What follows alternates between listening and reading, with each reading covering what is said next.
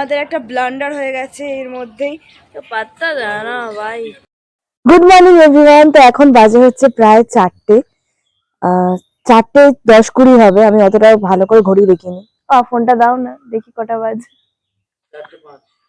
4:05 বাজে। এখন 4:05 বাজে।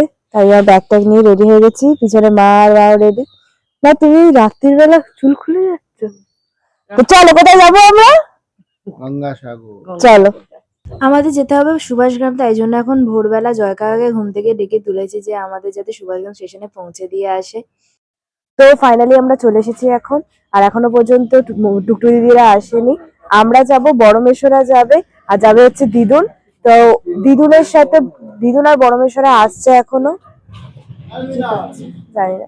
দিদুন আর বড় মেশোরা আসছে এখনো। আমরা আপাতত এসেছি, এসে এখানে ঠাকুর দর্শন করছি। ওয়েট আমি দেখাচ্ছি ব্যাক ক্যামেরা করে। ট্রেন চলে এসছে, আমাদের ট্রেন চলে এসছে, এবার আমরা যাবো। চলো কেউ পাত্তা দাও, কেউ পাত্তা দেয় না, আমি একাই ভিডিও বানাবো।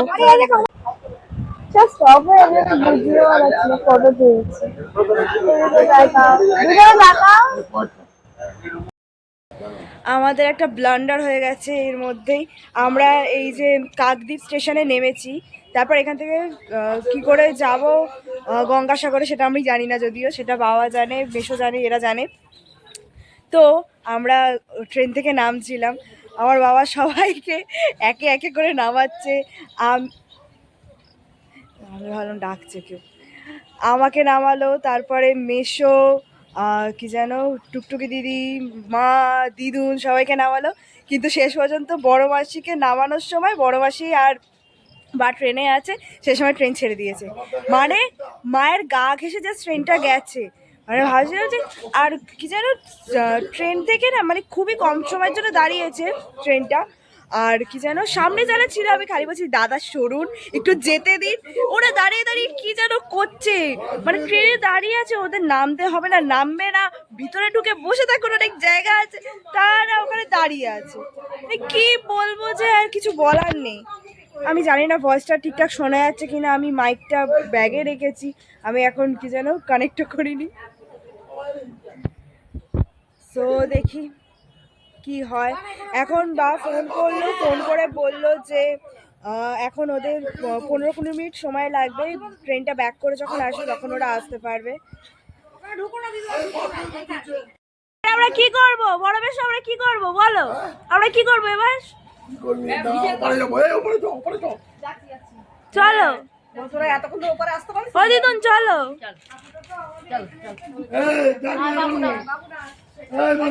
এই ওইদিকে চ, ওইদিকে যেতে তো বক বক করছো, এটা আমি যদি এই কি হচ্ছে এদিকে? ওরা ট্রেন মিস করে, মানে ট্রেন মিস করেছে কি, ট্রেন থেকে নামতে পারিনি। আর এদিকে আমরা ভাবছি যে কত অ্যাডভেঞ্চার হচ্ছে, মানে আমাদের সাথে হলো, আমাদের সাথে হলে ভালো হতো, যদিও বলতে নেই এরকম, বলতে নেই এরকম, কিন্তু হলে বেশ ভালো হতো। কি করবো এখন ভাবছি, ওদের আসতে এখনো টাইম লাগবে, তাই জন্য এখানে একটু বসে আছি। বলবি ট্রেনটা ফেরত আসলে ভিডিও করবো, আমার মা আর ট্রেন ফিরত এলে ভিডিও, কি অ্যাডভেঞ্চার হচ্ছে না? হ্যাঁ মনে হচ্ছে গঙ্গাসাগর কি যদি আমার বাবা থাকতো ভাই অ্যাডভেঞ্চার বের করে দিত, বলতো আমি ট্রেন থেকে নামতে পারো না, তো অ্যাডভেঞ্চার হচ্ছে। আমার তো পাত্তা দেয় না ভাই, ছোট ব্লগার বলে, আমি ছোট্ট ব্লগার বলে আমাকে পাত্তা দেয় না। ধরা যাবে না রে। নেট দিতে পারবি? দেখবো এবারে অ্যানাউন্স করলো যে নামখানা লোকালের যে ডাউনটা আছে, ডাউনই বলো তো কি, যাই হোক এদিক দিয়ে আসবে, আমি অত জানি না। আরে দিদি কি বললেন এটা? তো আমরা এখন বসে আছি, ওরা আসবে, তারপর আমরা যাবো গঙ্গাসাগর। আর তোমরা যদি আমার চ্যানেলটা এখনো পর্যন্ত সাবস্ক্রাইব না করে থাকো, তো তাড়াতাড়ি যাও গিয়ে সাবস্ক্রাইব করে নাও। আর আমি ফার্স্ট টাইম ট্রাভেল ব্লগ বানাচ্ছি, তো কেমন লাগছে সেটাও জানিও। ওই যে ওই ট্রেনে করে আসছে, তাই জন্য টুকু দিয়ে ভিডিও বানাতে বানাতে ওইদিকে চলে গেছে। অ্যাডভেঞ্চার করে কি রকম মজা হচ্ছে। ফাইনালি সবার সাথে মিট হয়েছে। এবার আমরা যাচ্ছি ভ্যাসেলে করে গঙ্গাসাগর। তো এবার আমরা যাচ্ছি, টোটোতে উঠে গেছি। এবার আমরা যাবো কোথায়? কাকদ্বীপ জেটিঘাট। কাকদ্বীপ জেটিঘাট যাবো। আমি কিছু জানি না, তাই জন্য সবাই থেকে জিজ্ঞেস করে নি, তারপর মিলি তাহলে ভুলভাল ইনফরমেশন দিলে তোমরাই তো লিখবে যে কিছু জানি না। কিরকম এক্সপিরিয়েন্স হলো? অ্যাডভেঞ্চার। আমার এক্সপেরিয়েন্স কি হলো জানিস? যেখানে যাবি একটু বেশি হবি না, একটু তাড়াহুড়ো করবি, সব কাজ করে তাড়াহুড়ো করবি। আমি কিছু করিনি। ওই আমি যাচ্ছি তো আমি কখন আরে থেকে বলে সামনে না, আমার কাকুরা আমার দাঁড়িয়ে বাচ্চাদের সাথে কখন বলেছি ওঠ উঠে সবসময় গেটের সামনে দাঁড়াতে দেখছি। গেটের সামনে যখন ভিড় হয়ে গেল বাট করে, যার কারণে তো নামতে শুরু এবার হলুদ গেঞ্জি পরা কাকু ওখানে দাঁড়িয়ে দাঁড়িয়ে বোধহয় মন্ত্র জপ করছিল।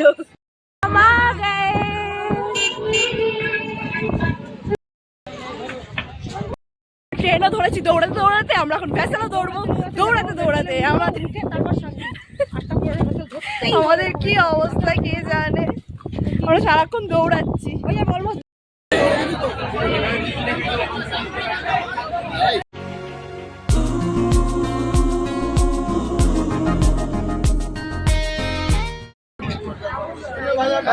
আমরা ফাইনালি চলে এসেছি এখন গঙ্গাসাগর। এবার যাবো হচ্ছে আমরা আমাদের হোটেলে, তারপর ফ্রেশ হয়ে তোমাদের সাথে কথা বলছি। না তার আগে কিছু খাবো, সরি। কি বিচ্ছিরি দেখতে লাগছে, পুরো কালো হয়ে গেছে মুখটা। গেছে চাল ভাজা, কারণ আজকে আমাদের নিরামিষ, ভুলে গেছিলাম আমি।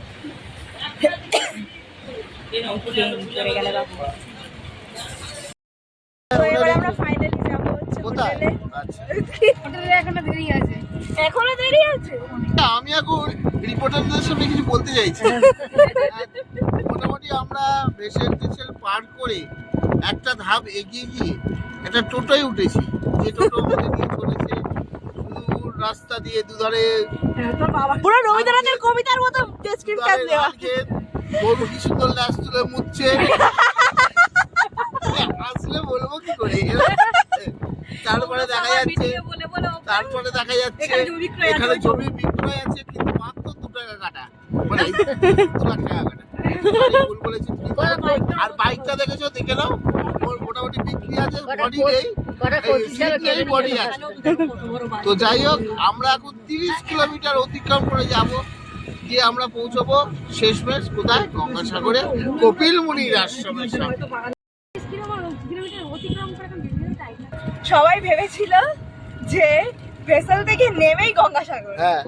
হ্যাঁ, আর এখানে ভেসেল থেকে নেমে আমাদের এখন 30 কিলোমিটার টোটো করে যেতে হচ্ছে। আমরা সবাই বুড়বাক জেনে গেছি এই মুহূর্তে। কি যে হবে, আমার খুব ঘুম পাচ্ছে। তো ফাইনালি আমরা চলে এসেছি। লা লা লা লা।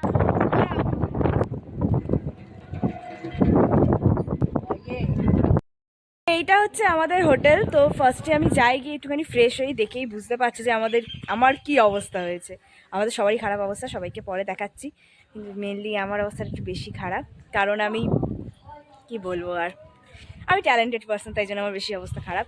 তো আগে যাই, গিয়ে ফ্রেশ হই, তারপর তোমাদের পুরো হোটেল রুমটা ট্যুর দেবো। অ্যান্ড পরে কথা বলছি, ওকে। তো হোটেলে এসে আমি ঘুমিয়ে পড়েছিলাম, এতটাই টায়ার্ড ছিলাম।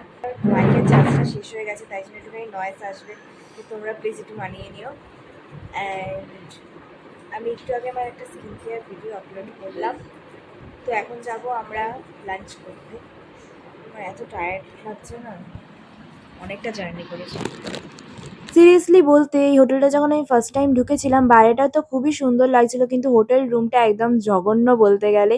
তার মধ্যে এই চৌকিগুলো দিয়েছে আমাদের শোয়ার জন্য, মানে এখানে বেডের কোনো ব্যবস্থা নেই। 4টে চৌকি এখানে অ্যাটাচ করা ছিল, 3টে বেড মতো বানানো ছিল। আর এখানে ঘরে একটা ব্যবসা গরম ছিল, আর ফ্যানগুলো শুধু বলতে গেলে ঘুরছিলই, কোনো হাওয়াই হচ্ছিল না ফ্যানগুলোতে। আর আমরা যেহেতু 7 জন একটা রুমেই থাকবো, তাই ওই স্পেসের মধ্যে কোনো মতেই থাকা পসিবল হচ্ছিল না। আর আমরা যে রুমটায় ছিলাম, সেই রুমটার রেন্ট নিয়েছিল 1200, আর ওখানে এসি রুমের রেন্ট হচ্ছে 2200 করে। কিন্তু এসি রুমগুলো খুব একটা ভালো না হওয়ায় আমরা ওই হোটেল ছাড়বো বলে ঠিক করি সবাই মিলে। তো এখন আমরা এই রোদে পুরো সিদ্ধ হয়ে যাচ্ছি লাঞ্চ করতে, তারপরে এসে দেখা যাক কি হয়, কোথায় যাই আমরা।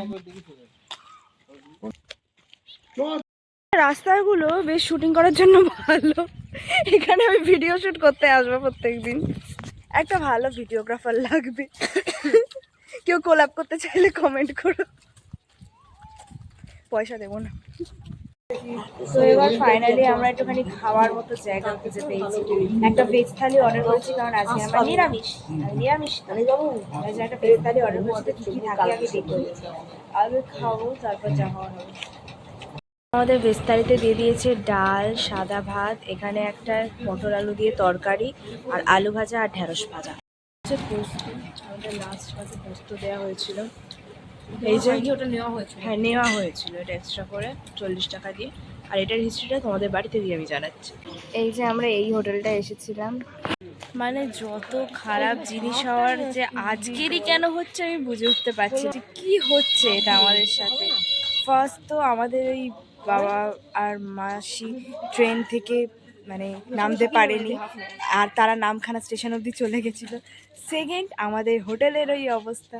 থার্ড, যেখানে খেলাম সেখানে কি বলবো, খেতে হয়েছে খেলাম, পেটটা ভরতে হয়েছে ভরেছে। মানে রান্নার মানে ওদের খাবার থেকে আমার বলছে ও মাই গড, মানে আমি তো ভালো রান্না করতে পারি। বলতে পারি দম লাগিয়ে যে ওদের খাবারের টেস্টের থেকে আমার একটা ম্যাগি গুলো খেলার টেস্ট বেশি ভালো হয়।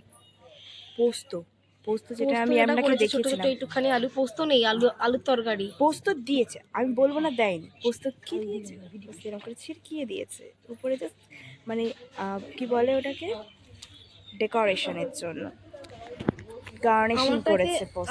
আমার প্লেটটা তো পোস্ত ডেকোরেট করার জন্য পোস্ত ছড়িয়েও দেয়নি, ওটা অ্যাকচুয়ালি আলুর তরকারি ছিল, এইটু একটু ছোট পিস পোস্ত। আমাদের কি ট্যালেন্ট, আমরা দোকানের সামনে বসে দোকানের নিম্নমূল্য করছি। অ্যাকচুয়ালি দোকানটা সামনেই রয়েছে, দোকানের সামনে বসে বসে আমরা নিন্দাবন্ধ করছি। দোকানের লোকটা একটা বাইরেও দাঁড়িয়ে আছে, আমরা ভাবছি তারা যেন শুনতে পায় যে খাবারটা আমাদের জঘন্য লেগেছে। তো এখন আমরা বেরিয়ে যাচ্ছি, যে জামাটা পরে এসেছিলাম সেই জামা পরে বেরিয়ে যাচ্ছি। শুধু দুপুরে খাওয়ার ওয়েট করছিলাম আমরা। এখন আমরা যাবো আমাদের নিউ হোটেলে, চলো। মা কি করছো মা? লিপস্টিক করছো? ও মাসি রেডিও, তো এখানে আমি রেডি। তো আমাদের রুমে একটা এক্সট্রা করে স্পেস ছিল, আমি ওখানে গিয়ে এই ভিডিওটা বানাচ্ছিলাম, কিন্তু আমি একদম বুঝতে পারিনি যে আওয়াজটা ইকো হচ্ছে। অ্যান্ড আমি ভিডিও এডিট করতে গিয়ে দেখি যে আমার ছাড়া সবার গলা শোনা যাচ্ছে, মানে আমি কি বলছি শুধু সেটাই শোনা যাচ্ছিল না। তো আমি আই থিঙ্ক এখানে এটাই বলছিলাম যে আমি খুব মিনিমাল মেকআপ করেছি, তো আমার কেমন লাগছে তোমরা একটুখানি কমেন্টে জানিও। তো অবভিয়াসলি জানিয়ে দিও কেমন লাগছে আমাকে। তো আমরা যে আগের হোটেলটায় ছিলাম সেটার থেকে এটা ফার ফার বেটার, মানে সেটার থেকে এইটা মানে 10 গুণ বেটার, মানে 10 গুণের উপরেও বেটার। অ্যাকচুয়ালি অত খারাপ হোটেল দেখার পর এত ভালো হোটেল দেখে না আমি পাগল হয়ে গেছিলাম, তাই জন্য আমি নিজে কি বলছিলাম আমি নিজেই বুঝে উঠতে পারিনি। এখন আমি রিড করতে গিয়ে দেখছি আমি কি বকেছি, এটা তো আমি খুবই ভুলভাল বকেছি আমি জানি। আর এই হোটেলটা সত্যি বলছি খুব খুব খুবই সুন্দর ছিল। আর এই হোটেলটার ফুল ট্যুর ভিডিও আমি খুব তাড়াতাড়ি নিজের চ্যানেলে আপলোড করব, তো তাই জন্য তাড়াতাড়ি আমার চ্যানেলটাকে সাবস্ক্রাইব করে নিও আর ভিডিওটাকে একটা লাইক করো। তো এখন আমরা একটু সাইট সিন দেখতে যাব, কিন্তু কোথায় যাবো আমি জানি না, সেটা যারা নিয়ে যাবে তারা জানে। চলো।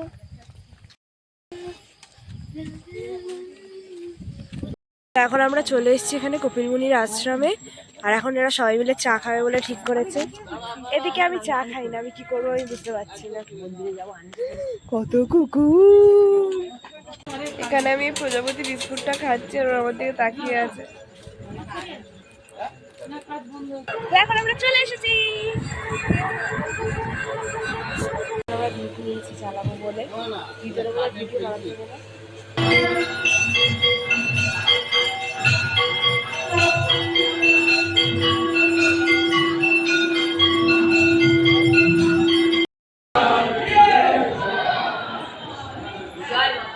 তো আমরা এসেছিলাম এখানে মন্দিরে পুজো দিতে, আর এখন আমরা বাড়ি ফিরছি, বিশাল জোরে ঝড় উঠেছে।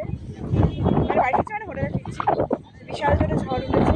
আর একটা বাচ্চা না অনেকক্ষণ ধরে, আমি যখন ঠাকুরকে ধূপ দেখাচ্ছিলাম তো আমাদের কাছে পয়সা হয়েছিল, কিন্তু ওই বাচ্চাটাকে এখন খুঁজেই পাচ্ছি না। তখন ধূপ দেখাচ্ছিলাম বলে বললাম একটু পরে দিচ্ছি, কিন্তু এখন খুঁজে পাচ্ছি না, ওই বাচ্চাটাকেই খোঁজার পর্ব চলছে।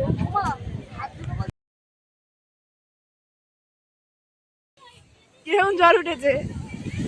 দারুণ লাগছে, দারুণ। দারুণ ঝড় উঠেছে, সেটা কিন্তু সত্যি দারুণ লাগছে। গুঁড়ো গুঁড়ো নীল রং পেন্সিল জোছনার জল। আমার টিপটা ভেঙে গেছে, সেটা আলাদা ব্যাপার। আমাকে পরিয়ে দিয়েছে। তো আমরা ভেবেছিলাম একটুখানি যে সমুদ্রের পাড়ে যাবো, কিন্তু এত জোরে ঝড় উঠেছে, তাই জন্য আমরা আবার মানে হোটেলে ফিরে যাচ্ছি। হোটেলে ফিরে গিয়ে একটু খাওয়া দাওয়া। এই যে দেখো কতগুলো আর আমরা এখানে দাঁড়িয়ে আছি কারণ বার মেশো গেছে রাতের খাবারের জন্য এই জিনিসপত্র কিনতে। দিদুন কেমন লাগছে বলো? খুব সুন্দর, খুব সুন্দর, হরে কৃষ্ণ। তো আমরা খুব ভালো করেই পুজো দিয়েছি, মানে সকাল থেকে যা হচ্ছে তারপরে এত ভালো পুজো দিয়ে এবার মনটা শান্তি হচ্ছে। আমার শোনো মা, সাধনার মা। মুড়ি চা। বেগুনি খাবি না? না আমি বেগুনি খাবো না, আমি বেগুনি খাই। আমি এখানে আলুর চপ খাচ্ছি বসে। আলুর চপে আলু নেই, আমি আধ ঘন্টা ধরে চিবিয়ে যাচ্ছি, শুধু বেসন পেয়েছি, কিছু করার নেই যে ভাই তাই। চ্যাম্পিয়ন এইখানে বসে বসে এখানে বসে বসে আমার আইটু হলে হার্ট অ্যাটাক হয়ে যেত এমন। Super league champion Mohun Bagan. তো আমি হাফ খেতে খেতে এখন ভিডিও করছি, আমার অনেকটা খাওয়া হয়ে গেছে। তো রুটি আলু ভাজা আর তরকারি মা আর বা খাচ্ছে, তো আমি অল্প একটুখানি নিয়েছি। আর আজকের ভিডিওটা আমি এত অবধিই রাখছি, কালকে আবার সকালে উঠে নিউ ব্লগ স্টার্ট করবো। তো চলো টাটা। এই ভিডিওটা ভালো লাগলে চ্যানেলটাকে সাবস্ক্রাইব করে নিও, আর ভিডিওটাকে একটু লাইক করে দিও, আর ভিডিওটাকে শেয়ার করো অবশ্যই। তো চলো টাটা, নিউ ভিডিও নিয়ে খুব তাড়াতাড়ি দেখা হচ্ছে।